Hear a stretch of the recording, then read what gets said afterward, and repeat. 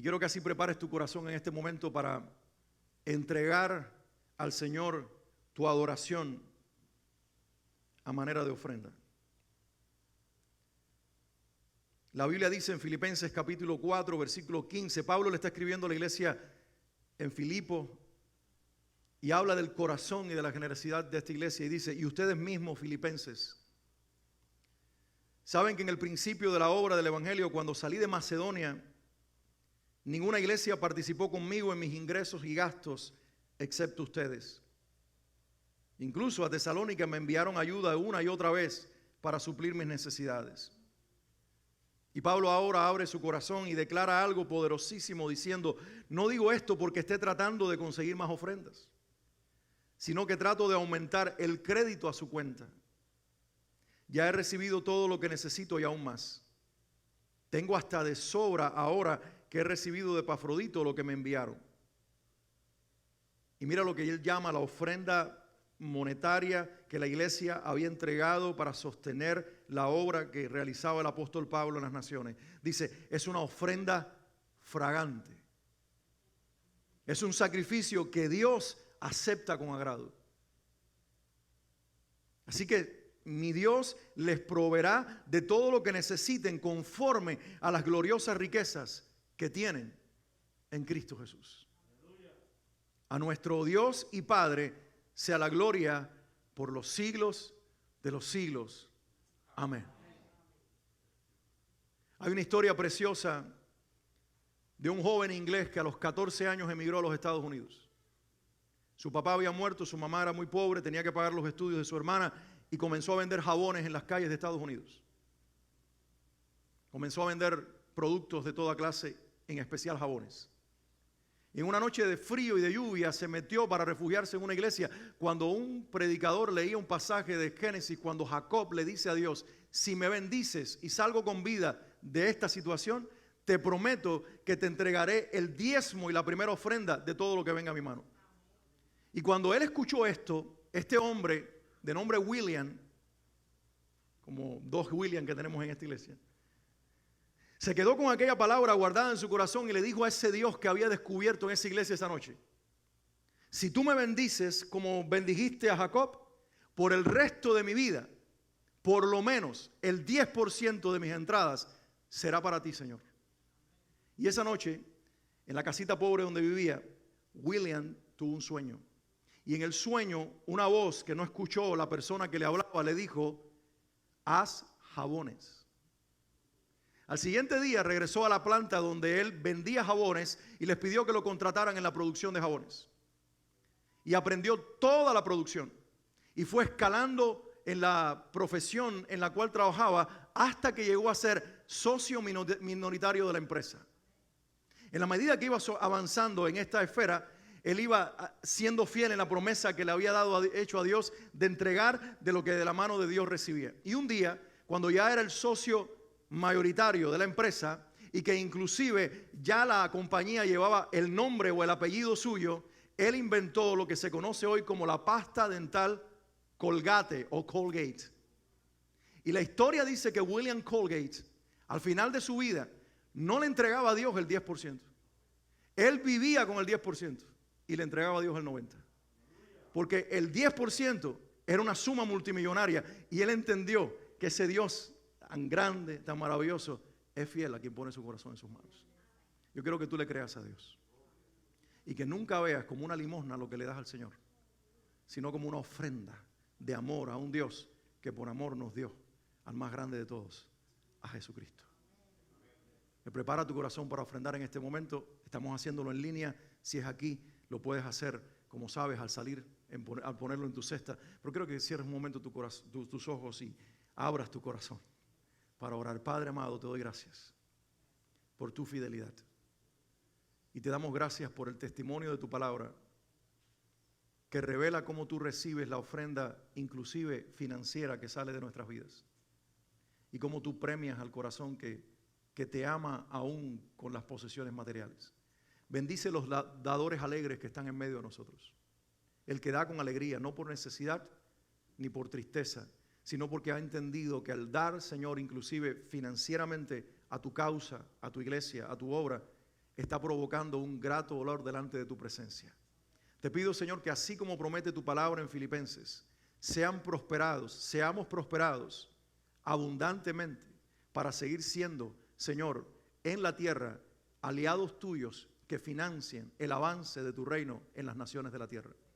Te pido que bendigas las economías familiares aquí representadas, pero sobre todo que bendiga los corazones de los que estamos presentes para comprometernos con tu reino y para hacer lo que nos toca hacer para el avance de tu reino, de tu iglesia en las naciones de la tierra. En el nombre de Jesús. Amén y amén.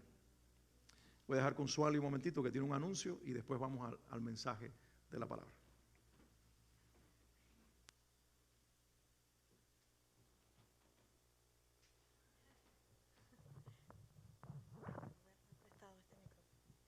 Buenos días, hermanos, Dios les bendiga. Una de las cosas que más me apasiona de la palabra del Señor y que Dios ha estado hablando a mi corazón estos últimos tiempos es la parábola de las 10 vírgenes. No sé si recuerdan esa historia en la Biblia. Y aunque muchas veces la he leído, últimamente me ha surgido el deseo de ser de esa iglesia que está preparada para escuchar la voz del amado cuando Él venga. Y nosotros como líderes de la iglesia nos hemos encargado en capacitar a la iglesia para poder ser de esa iglesia que tiene aceite y que puede escuchar la voz del amado. Por esa razón queremos hacer una conferencia que va a ser en el mes de junio, viernes, sábado y domingo, 10, 11 y 12, que se llama Iglesia Gloriosa. Ahí vamos a estar siendo entrenados por estos hermanos que aparecen aquí en pantalla. Él es Juan Carlos Parada y Daniela. Ellos son misioneros chilenos, salieron de Chile a Argentina y son parte del ministerio Toma tu Lugar. Ellos han sido de bendición para nosotros, muchos de ustedes lo conocen y escuchan sus canciones y sus enseñanzas, pero queremos invitarlos a todos que se paren esta fecha. En mes de junio, ¿verdad? ¿Les dije? ¿Junio? ¿Qué día? ¿Sabes si recuerdan? 10, 11 y 12. Queremos que toda la iglesia participe. Esto lo hacemos para todos, para que ninguno se quede fuera cuando el Señor venga y esté llamando a esa iglesia, que seamos de los que respondan, de los que escuchen la voz y de los que tengan aceite suficiente para celebrar la boda, ¿verdad que sí? Amén. Entonces, pues mantengan eso en su calendario y más adelante le vamos a seguir dando información acerca de esto. Ya se pueden inscribir, ya están las inscripciones abiertas, tiene un costo de $50 y lo bueno que puedes hacerlo ahora es que quizás lo puedes pagar en 2 plazos. Si no tienes los $50 ahora, pues lo puedes pagar en 2 plazos y así separas tu cupo para ese día. Así que los esperamos a todos y corran la voz para que todos podamos participar. Gracias.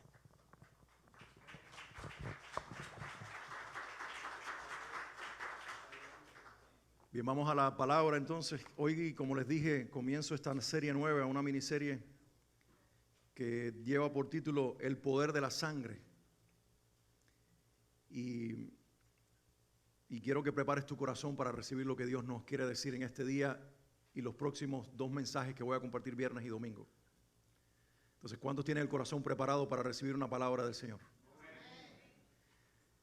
Esta revelación, si no es la más poderosa, es una de las más poderosas en todas las Escrituras. Es una de las revelaciones más increíbles que nosotros encontramos. Inclusive, si tú abres la Biblia en el libro de Génesis, ya la vas a encontrar allí. Y si tú sigues leyendo la Biblia ininterrumpidamente, sin parar, hasta llegar al libro de Apocalipsis, te vas a dar cuenta de que el poder de la sangre está apareciendo en cada uno de los 66 libros de la Biblia, desde que comienza hasta que termina. Entonces, cuando Dios es recurrente en un tema, es porque ese tema es importante. Amén. Cuando Dios, desde el comienzo del comienzo, desde el inicio del inicio, siendo redundante, desde el inicio del Génesis, está hablando del poder de derramar sangre a favor de nosotros, es porque eso tiene un mensaje poderoso en el cual está encerrada la bendición de la humanidad.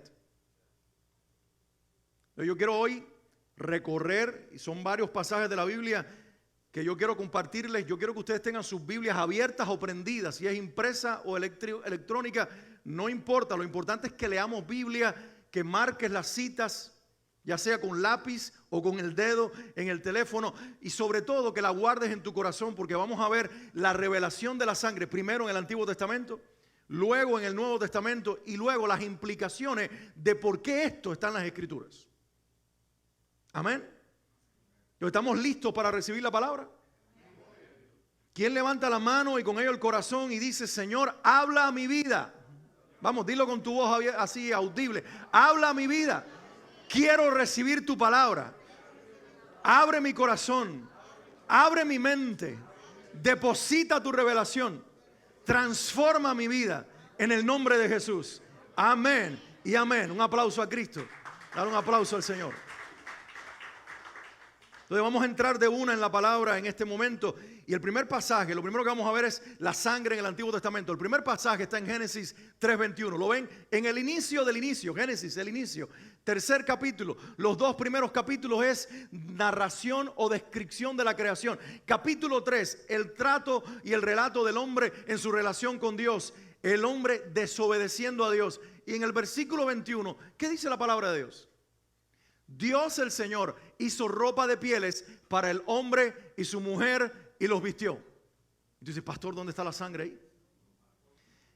Mis hermanos, el hombre y la mujer acaban de desobedecer a Dios. Y para ser más claros y ser más bíblicos, Adán acaba de desobedecer a Dios. Porque la Biblia dice que fue Adán el que realmente desobedeció a Dios. Eva no. Sí, Pablo lo dice. Sí, Eva fue la que comió primero. Pero lo que sucede es que fue al hombre al que creó primero, y fue al hombre al que Dios le dio la instrucción antes de crear a la mujer: no comas de la fruta. Y los dos, por un acto de desobediencia, mastican esa fruta, desobedecen, e inmediatamente, ¿qué sucede cuando ellos comen de la fruta? ¿Alguien se recuerda? Ellos sienten miedo y sienten otra cosa más: vergüenza, porque están desnudos. Y Dios es tan grande y tan misericordioso que cuando ve a estos seres pecadores, desobedientes, rebeldes, que le dieron la espalda y lo cambiaron por una fruta, en lugar de reprenderlos, los viste. Y en lugar de él decir: pues eso es lo que se merece, vivir en vergüenza por el resto de su vida, en un acto de gracia les cubre la desnudez para cubrirles la vergüenza. ¿Y cómo lo hace? Matando un animal, el cual yo entiendo a lo largo de toda la revelación de las Escrituras que fue un cordero. Porque eso es lo que tú vas a encontrar principalmente sacrificado en las Escrituras. Y porque ese animal tiene unas implicaciones en su sacrificio impresionantes. En Cuba teníamos una frase, para ser coloquial, y usted ya sé lo entendible, que decía: no me mire con ojos de carnero degollado. Y el que no ha tenido la experiencia no sabe de lo que le están hablando. Pero cuando yo era niño, en Cuba había que buscarse la comida. Mi padre me llevaba al campo, a las fincas de los guajiros, a comprar carneros, a comprar corderos. Y cuando esos guajiros en la finca amarraban ese animalito por las patas traseras y lo colgaban con la cabeza hacia abajo y le acercaban un cuchillo a ese cordero, ese animal no emitía ningún sonido.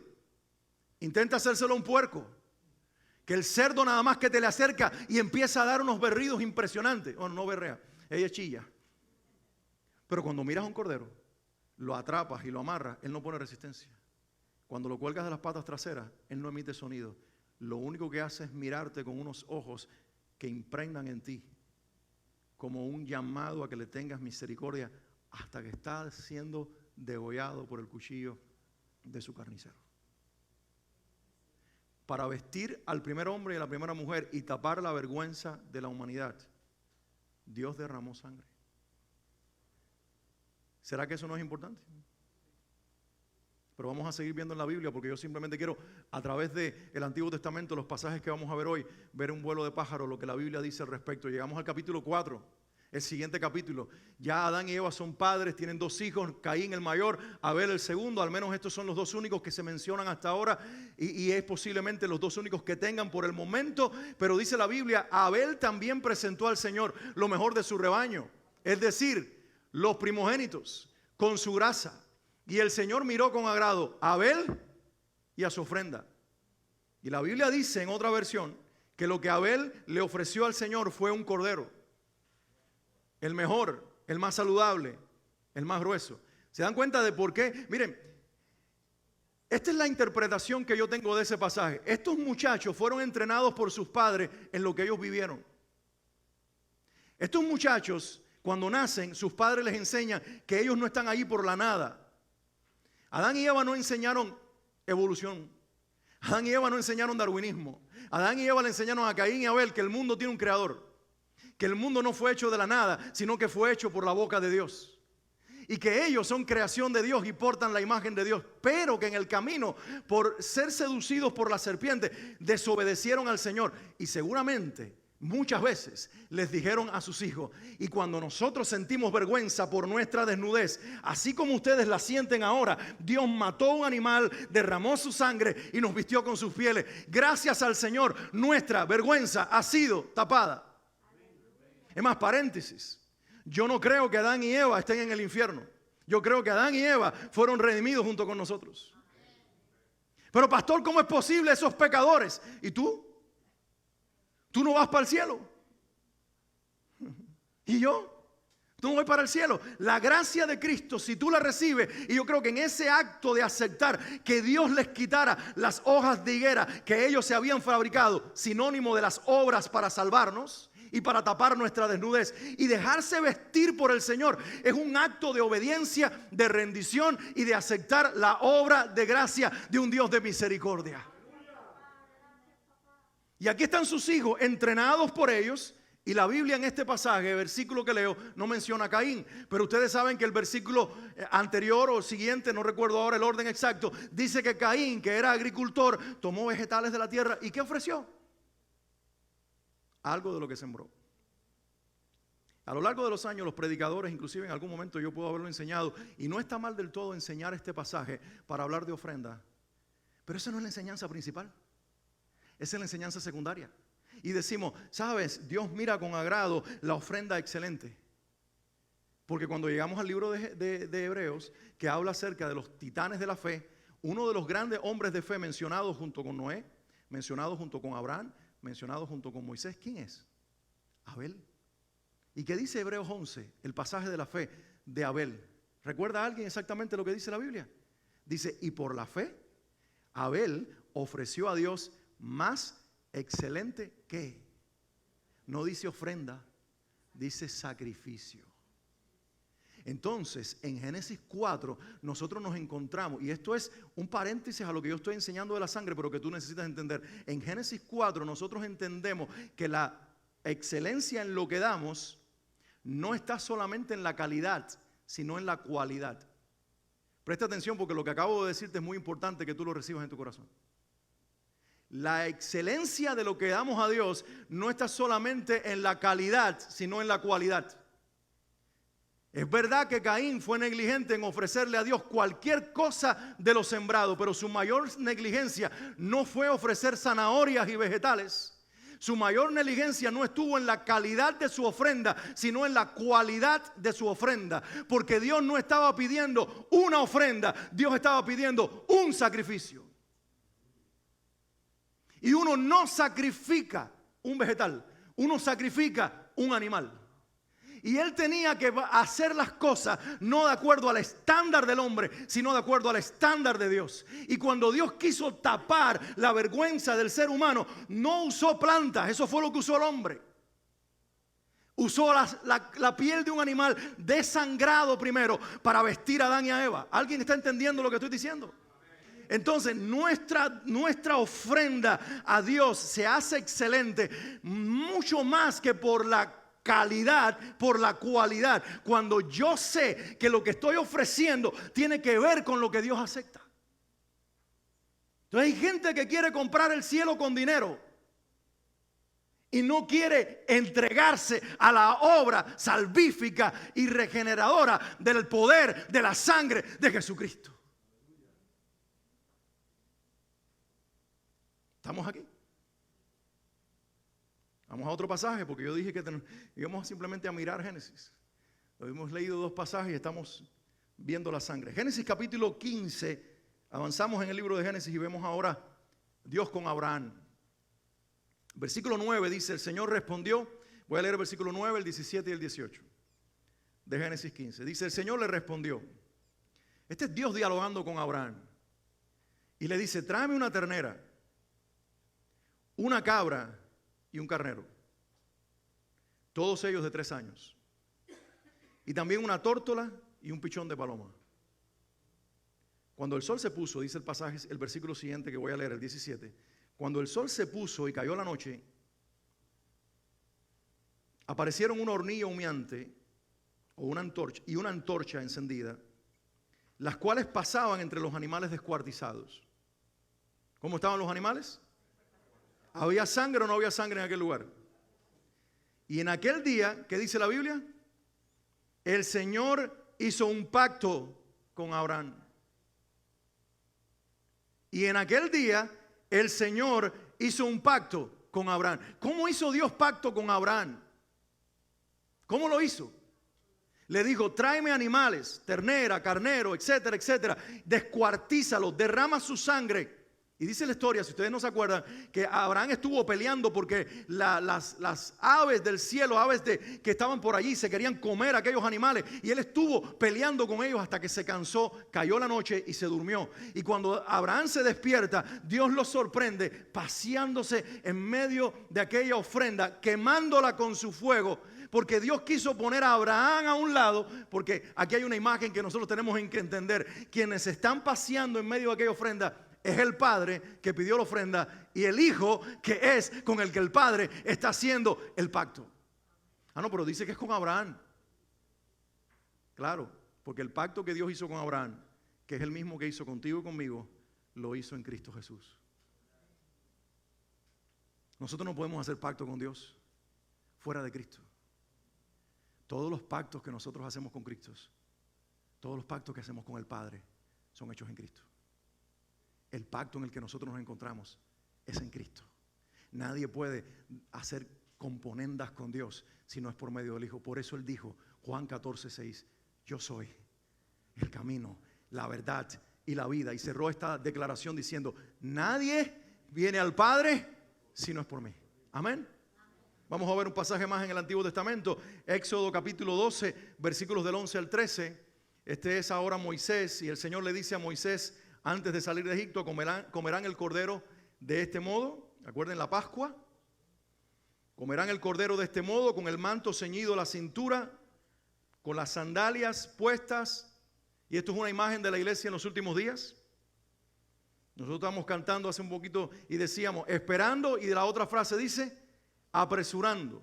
Es una iglesia que espera, pero no está dormida, está preparada. Y esta es la imagen de Israel saliendo de Egipto. Comerán el cordero de este modo, con el manto ceñido a la cintura, con las sandalias puestas, con la vara en la mano y deprisa. Se trata de la Pascua del Señor. Esa misma noche pasaré por todo Egipto y heriré de muerte a todos los primogénitos, tanto de personas como de animales, y ejecutaré mi sentencia contra todos los dioses de Egipto. Yo soy el Señor. La sangre servirá. ¿Para qué? Para señalar las casas donde ustedes se encuentren, pues al verla pasaré de largo.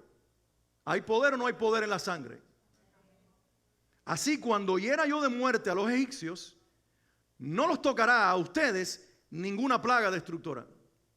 Esta es la promesa de Dios a Israel en Egipto, a Israel en Gosén, la región donde vivían cerca de Egipto o del Cairo, la capital. Y ahí les está diciendo a ellos, esto es lo que yo voy a hacer. La marca de la sangre del cordero que por fe ustedes pusieron en el dintel de la puerta, el ángel de la muerte la mirará y dirá, ahí hay una casa separada, pactada, guardada por el poder de Dios, que no será tocada por la muerte, porque Dios ha puesto marca en la puerta de esa casa. Amén. Pero vamos al Nuevo Testamento, vamos a ver la sangre de Jesús. La palabra de Dios dice en Romanos capítulo 5, versículos del 8 al 10. Pero Dios demuestra su amor por nosotros en esto, en que cuando éramos pecadores, Cristo murió por nosotros. Y ahora que hemos sido justificados, ¿por qué? Por su sangre, con cuánta más razón por medio de él seremos salvados del castigo de Dios. Porque sí, cuando éramos enemigos de Dios, fuimos reconciliados con él mediante la muerte de su Hijo. Con cuánta más razón, habiendo sido reconciliados, seremos salvados por su vida. entendamos este pasaje y por lo menos dos cosas importantes quiero resaltar del Nuevo Testamento, de Romanos capítulo 5 y de todo lo que el Nuevo Testamento, que este no es el único pasaje, dice de la sangre derramada por Cristo Jesús. Dos cosas que quiero que te lleves hoy. Número uno, esta es la tercera vez en la historia en la que el hombre no es el que ofrece sangre, sino Dios. ¿Lo escuchaste? Hay 3 veces en la historia en la que no es el hombre el que hace el sacrificio, sino Dios. La primera vez, se lo mencioné al inicio de este mensaje. Génesis capítulo 3. No fue Adán, sino Dios el que mató al animal. ¿Lo recuerdan? Génesis capítulo 17 creo que es. Viene Abraham con su hijo Isaac. Ha preparado un altar de piedra. El niño le dice: papá, tenemos leña, tenemos fuego, tenemos piedra, pero no veo el animal del sacrificio. Y Abraham le dice camino a ese lugar: Dios proveerá. ¿Ok? Pero sabe que ha sido demandado que él ofrezca a su hijo, tal vez un adolescente, 16 años, 15 años, 14 años aproximadamente, y lo va a poner sobre esa piedra. Y de hecho lo hace. Lo amordaza, lo amarra, afila el cuchillo, y el padre, que ha recibido una promesa de un hijo en el cual le será dada herencia de multitud de naciones, está a punto de matar a su hijo porque es más importante su relación en Dios que preservar a su hijo. ¿Conocen la historia? Y de momento Dios le dice a su ángel: dile a Abraham que detenga su mano, porque he probado su corazón y ha sido hallado fiel. Y dice la Biblia que cuando Abraham se detiene de este acto de sacrificio, ¿qué vio él entre las ramas enredado? Vio un animal enredado. Y entonces lo tomó, lo llevó a la piedra. Y en ese acto de sacrificio era Dios entregando un cordero y en él a su hijo. Pasó el tiempo, la historia, el pueblo de Israel practicó el sacrificio por generaciones. Y el Padre viene ahora y ofrece a su Hijo una vez y para siempre. Es por eso que en el año 70, cuando el general Tito entra a Jerusalén y destruye el templo, es por mandato de Dios. Los judíos están esperando el tercer templo y esto va a ser un arma para traer al anticristo. Pero nosotros, la iglesia, no necesitamos un templo, un lugar físico, ni animales de sacrificio, ni ropas, ni rituales, porque Cristo una vez y para siempre entró en el santuario por su sangre, y por su sangre nos abrió camino, porque la ofrenda ya fue dada. Y lo segundo que hay que resaltar de Romanos 5 y de todo el Nuevo Testamento no es que el Padre está dando la ofrenda, es que en esta ocasión es la primera vez en la historia que no es sangre animal la que se derrama, es la sangre de un ser humano. Y no cualquier ser humano, es la sangre del Hijo de Dios, Jesucristo. ¿Alguien está conmigo en este lugar? La pregunta que yo les quiero hacer a ustedes: ¿estaba Cristo imitando toda la tradición y el ritual judío del derramamiento de sangre cuando permitió el Padre y Él, Jesucristo, ser crucificado en la cruz para derramar la sangre? ¿Estaba Él imitando todo el sistema ritual de tradición y de derramamiento de sangre del judaísmo para entonces seguir la línea de derramamiento de sangre y de sacrificio? No, es todo lo contrario, al revés. Era el sistema de sacrificio judío, en realidad, el que estaba apuntando al tiempo y al futuro. Y cada vez que un ser humano, fuera Moisés, fuera Aarón, fueran los hijos de Aarón, fueran en los tiempos de David, en los tiempos de Salomón y en todas las épocas ante la venida de Cristo, cada cordero sacrificado, el día de Yom Kippur, el día de la fiesta de la expiación, el día de la Pascua, cada acto de sacrificio de un animal, estaban apuntando con el dedo a la historia y estaban diciendo: esto solamente es un anuncio del verdadero sacrificio.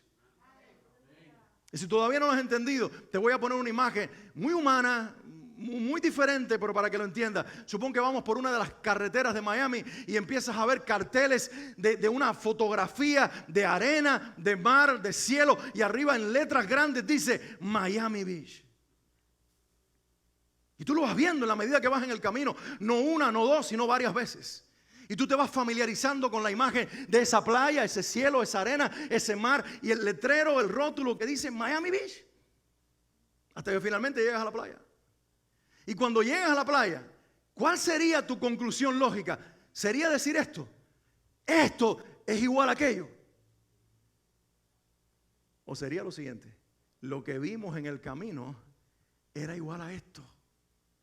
Porque un rótulo de papel, de plástico, lumínico o electrónico, nosotros sabemos que nunca es la verdad, simplemente representa a algo que es real. ¿Tú estás aquí conmigo? Entonces lo mismo pasa cuando nosotros venimos a la cruz y miramos atrás y vemos el Antiguo Testamento y vemos a Adán y vemos a Abel y vemos a Abraham y vemos a Moisés y vemos la historia de animales siendo desangrados. Eran como carteles lumínicos en el camino de la humanidad, anunciando a aquel que iba a ser sacrificado para que tú y yo fuéramos libres para siempre, jamás. Si quieres aplaudir con mi Italia, si eres libre, sabes que eres libre para aplaudir. Y así, pero dáselo fuerte, porque no me estás aplaudiendo a mí, estás aplaudiendo a Jesús. ¿Sigo o paro aquí? Bueno, si voy a seguir, hágame una pregunta entonces. ¿Por qué es importante la sangre? A ver, pregunte. ¿Por qué es importante la sangre? ¿Por qué este tema de la sangre es tan importante en la Biblia? ¿Solo porque está mencionado? ¿Solo porque Dios mató un animal para cubrir vergüenza de Adán y Eva? ¿Solo porque Abel sacrificó un excelente sacrificio? Y así sucesivamente todos los sacrificios animales en la historia e inclusive la muerte de Jesús. Mira la implicación. Llegamos a Hechos 17:26. Y la Biblia dice en Hechos 17:26: y de una sola sangre ha hecho todo el linaje de los hombres, para que habiten, dice la palabra de Dios, sobre toda la faz de la tierra. Y les ha prefijado el orden de los tiempos y los límites de su habitación. La primera expresión que sale ahí: de una sangre ha hecho todo el linaje de los hombres. ¿Qué implicación tiene esto? Yo no sé cuál es tu tipo sanguíneo. Si tú eres A positivo o negativo. Si tú eres esto, aquello, lo otro. Pero ¿sabes lo que dice la Biblia? Que sin importar todos los cambios que ha habido en la genética humana y todas las variantes o variaciones que el ser humano tiene por las composiciones genéticas que a través del tiempo se han dado, Dios nos hizo a todos de la sangre de un solo ser humano. Y eso la ciencia moderna lo demuestra, encontrando un origen común en una zona del planeta que coincidentemente hace alusión a la geografía bíblica del libro de Génesis, donde geográficamente hablando se encontraba el Génesis. Entonces la Biblia dice que todos los seres humanos provenimos de un solo hombre, lo cual quiere decir que sin importar tu tipo sanguíneo, todos heredamos el pecado. Romanos capítulo 5 dice: en Adán todos pecamos. En Adán todos pecamos. Es decir, que la sangre de Adán se contaminó. Y a partir de ese momento, lo que se pasó a las siguientes generaciones fue pecado. ¿Sabes? Cuando tú lees las genealogías de Jesús, hay un relato en las genealogías que dice: y fulano era hijo de Mengano, y Mengano era hijo de Sutano. Viste que esos nombres estaban en la Biblia y tú que los mencionabas muy a menudo. Y este era hijo de aquel, y este era hijo de aquel. Y llega Set, el sustituto de Abel. Cuando Abel muere porque los asesina a su hermano, Dios le regala otro hijo a Eva y a Adán y le llaman Set. Y dice la historia bíblica, cuando habla acerca de toda la genealogía, dice: y este era hijo de Set, y Set era hijo de Adán. Y aquí viene lo bueno: y Adán era hijo de Dios. Es decir, que del único, aparte de Cristo, que la Biblia pudo llamar en toda esa genealogía hijo de Dios, fue Adán. ¿Por qué?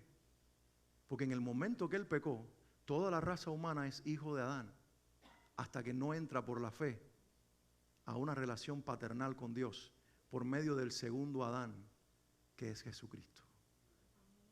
De una sola sangre hizo a todos los seres humanos, y por herencia, sin que nosotros podamos hacer nada, hemos heredado el pecado de un solo hombre y somos culpables. Otra versión dice, la versión internacional dice: de un solo hombre hizo todas las naciones para que habitaran toda la tierra.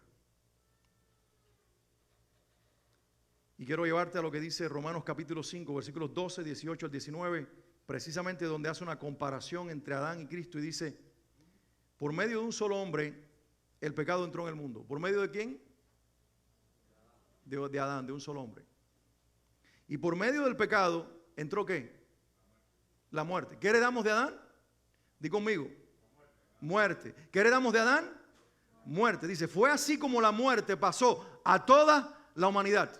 En un pasaje del Antiguo Testamento dice, ¿la vida está dónde? ¿Dónde está la vida? En la sangre. Ah, ok. ¿Y dónde está la muerte? En la sangre. La sangre de Adán le pasó a las siguientes generaciones, no solamente el pecado, le pasó la muerte por el pecado. Es lo que está diciendo la Biblia. ¿Estás aquí conmigo? Por un medio de un solo hombre, el pecado entró en el mundo. Y por medio del pecado, ¿entró qué? La muerte. Fue así como la muerte pasó a toda la humanidad. Porque todos pecaron. Por tanto, aquí viene lo bueno. Aquí viene lo bueno. Dice, por tanto, el poderoso por tanto de la palabra de Dios. Dice, por tanto, así como por una sola transgresión causó la condenación de todos, también un solo acto de justicia produjo la justificación que le da vida a todos. Oh, yo no me quedaría tan calladito como decía Yesenia. No es posible decir algo así que te miren. No. No puede ser. Yo acabo de decir que por la muerte y el pecado de un hombre todos pecamos y morimos. Pero por la vida y la justicia de uno todos vivimos y hemos sido justificados.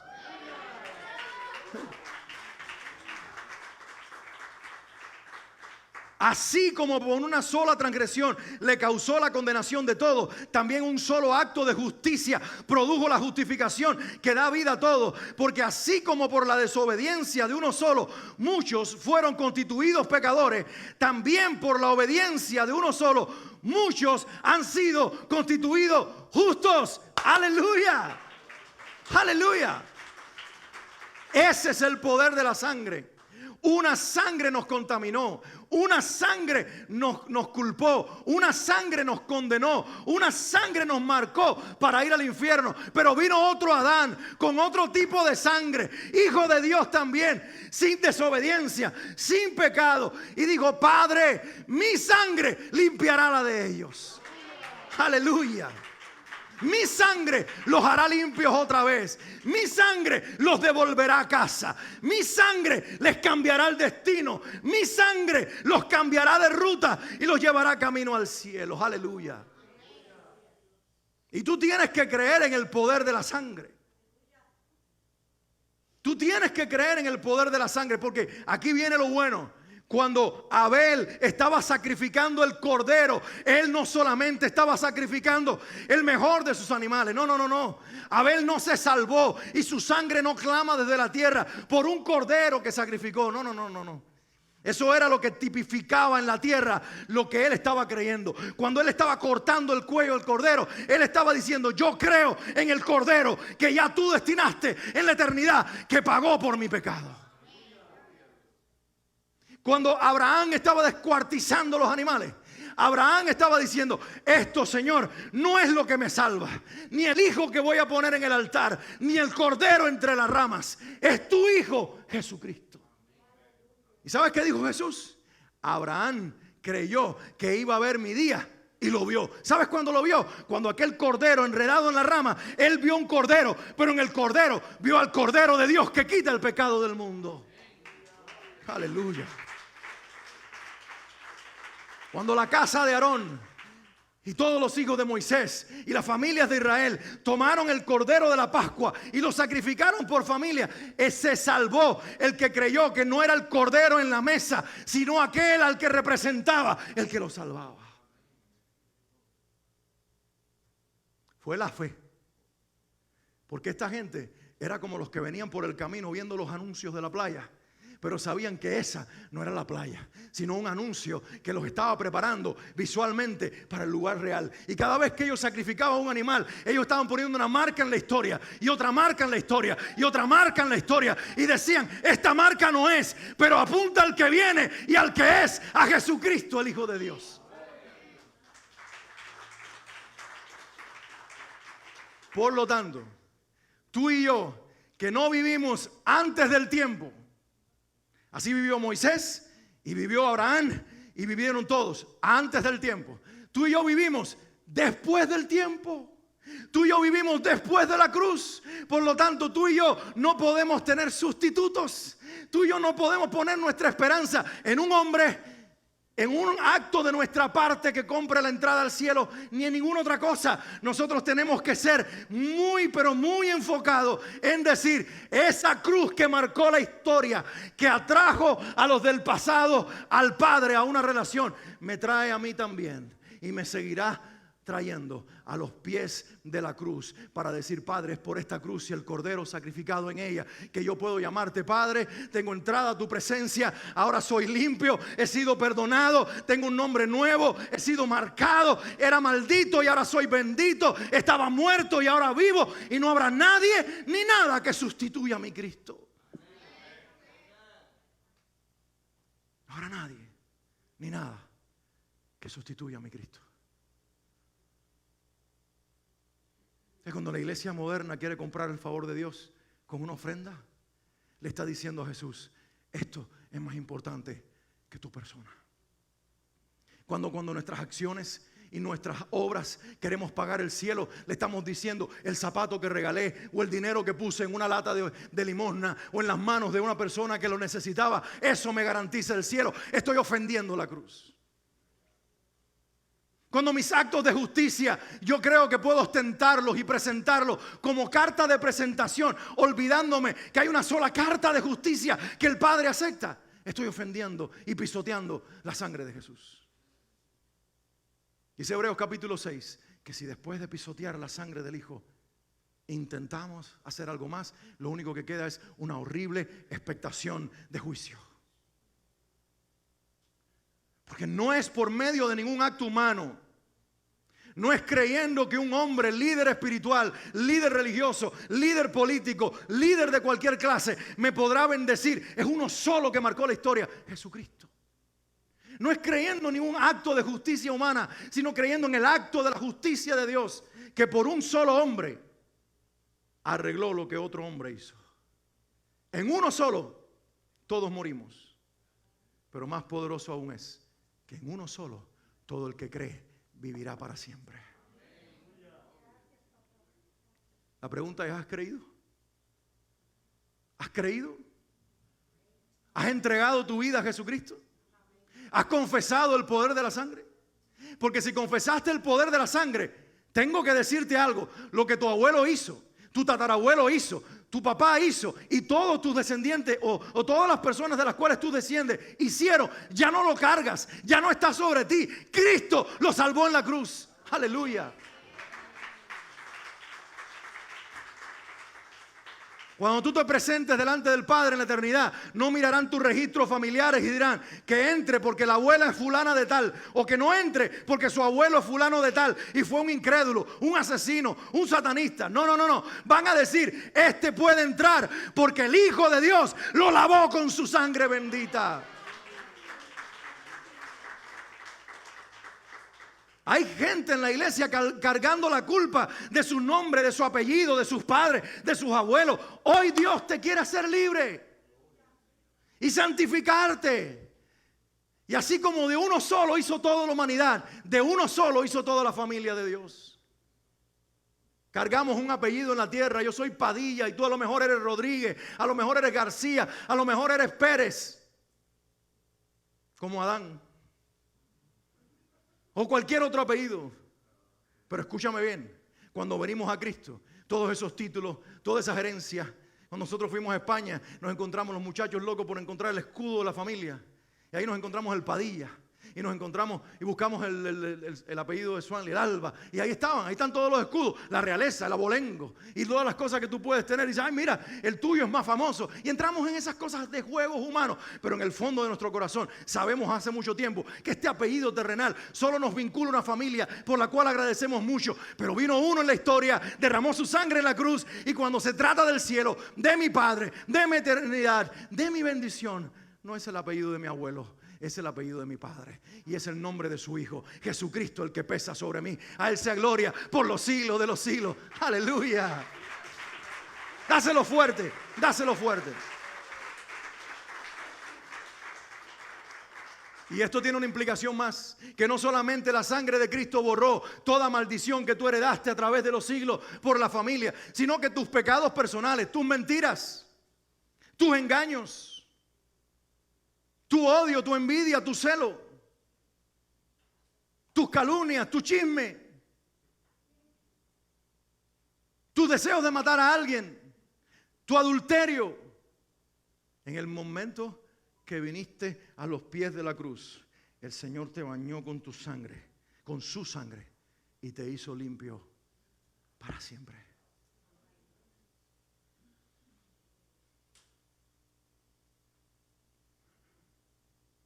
Cuando tú lees el Antiguo Testamento, a lo mejor te frustras como yo me frustraba, porque el Señor le dice a Moisés: no quiero ninguna ofrenda que sea tuerta, que sea coja o que tenga defecto alguno. ¿Lo han leído? Y yo digo, pobrecito el animal tuerto y el cojo y el que tenía algún defecto. Señor, ¿por qué hiciste eso? Yo sé que lo iban a matar al mejor y salió ganando, entre comillas, el tuerto y el cojo. Pero ¿por qué dijiste yo quiero una ofrenda perfecta y llamaste al otro imperfecto? ¿Por qué hiciste eso? Ese era mi diálogo un día con el Señor. Y vino este pensamiento. Y sé que fue el Espíritu Santo. No es que yo estaba diciendo que uno era mejor que el otro. Yo simplemente quería que tú vieras, no a ti, porque tú eres el tuerto, tú eres el cojo, tú eres el que tiene defecto, tú eres el imperfecto. Yo quería una ofrenda que representara a mi hijo. Porque mi hijo murió como el otro murió. Ese animal murió para que el tuerto quedara vivo, para que el cojo quedara vivo, para que el que no tenía defecto quedara vivo. Alex, el que tenía defecto eras tú, y ahora tú vives porque yo maté a mi hijo. Eso fue lo que entendió Abraham. Eso fue lo que Abraham vio. Abraham vio a Dios dando su cordero perfecto. Y Dios lo llamó su amigo. Porque Abraham entendió en ese momento que él era la oveja tuerta, con defectos. Y que su hijo no podía saciar las demandas de Dios. Que el único que podía satisfacer la demanda de redención y de salvación de la humanidad era el Hijo de Dios. ¿Lo puedes entender ahora? Un solo hombre nos desgració la vida. Pero vino otro, Hijo de Dios, y nos dio su gracia para que seamos benditos para siempre. Ese es el poder de la sangre. Ese es el poder de la sangre. Lo que tu abuelo y tu papá y tu mamá y abuela hicieron ya no pesa sobre ti. Lo que tú hiciste ya no pesa sobre ti. En Cristo, si lo confesaste y lo recibiste, has sido perdonado y has sido perdonada y has sido librado de toda la maldición que pesaba sobre ti.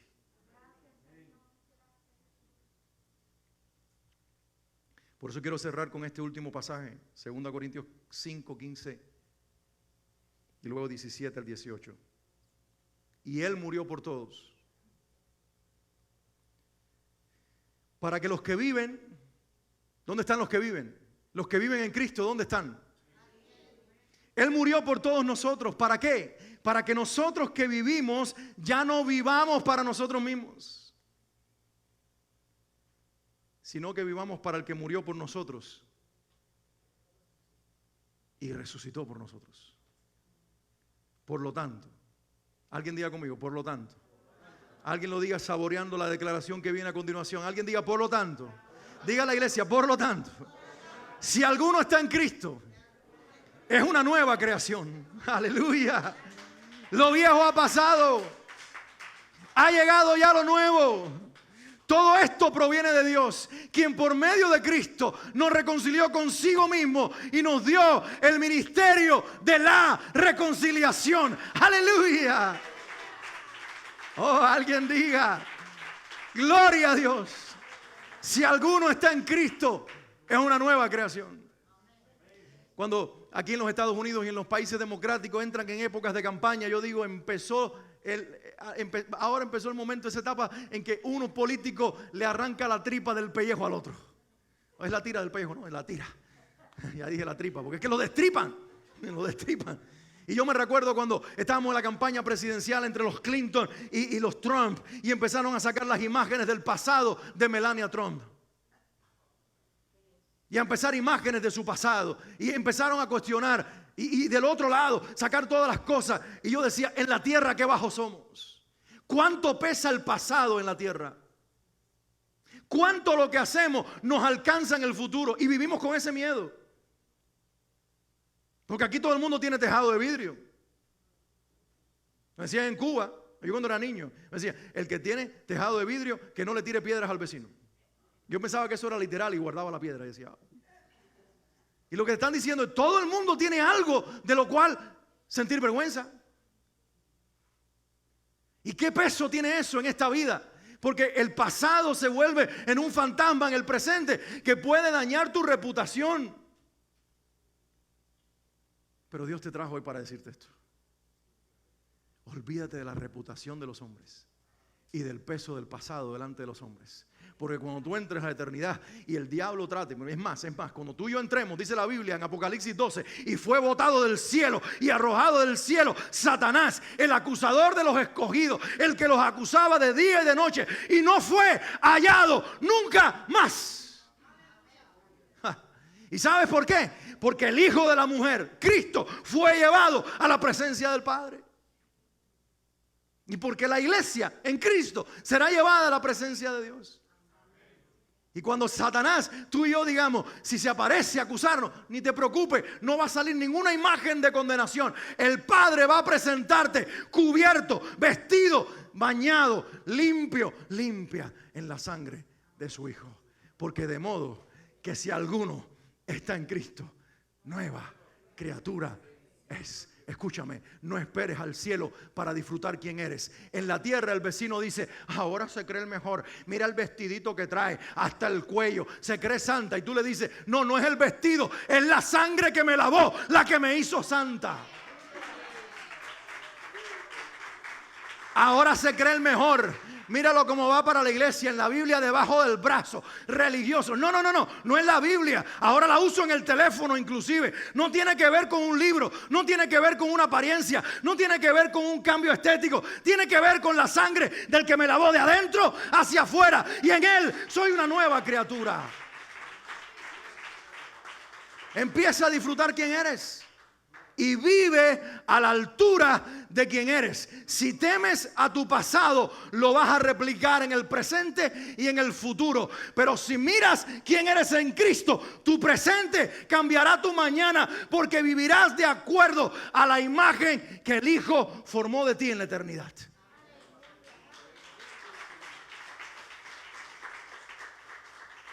Voy a cerrar con esta declaración que está en la Biblia sin mencionar la cita. Apocalipsis dice, cuando habla una de las iglesias, y me fue dada una piedrita blanca, y en ella escrito un nombre nuevo. ¿Sabe por qué? Porque Dios quiere que tú te olvides de todo lo que te une a esta tierra. Y si en la tierra cuando mencionaban tu nombre, ahí venían tus glorias que te lleva al orgullo y venían tus derrotas que te lleva a la vergüenza, lo uno y lo otro se cambie, porque en el cielo yo no seré más Alex. Yo no seré más Alex Padilla. Yo no seré más como me llamo en la tierra. Yo tengo un nombre nuevo. Yo no sé cuál es. Había un viejo himno que decía, hay un nombre nuevo. Hay un nombre nuevo en la gloria. Mío es, sí mío es. Aleluya. Y eso quiere decir que Dios ha escrito un nombre nuevo, como diciendo, olvídate de tu identidad, de tus glorias que te llevaban al orgullo, de tus derrotas que te llevaban a la vergüenza. Ahora eres una nueva vida. Disfruta en el presente quien ya eres en el cielo. Porque la última vez que leí la Biblia, en Efesios capítulo 2, la Biblia dice que ya yo estoy, y tú también, sentado con Cristo en los lugares celestiales. Por lo tanto, lo que en la tierra dicen de ti y de mí, no es lo importante, sino en lo que en el cielo dicen de ti y de mí. Están diciendo que somos hijos perdonados, lavados, salvados, santificados, restituidos, nueva criatura para la gloria del Padre. Aleluya. Dale un aplauso a Jesús más fuerte.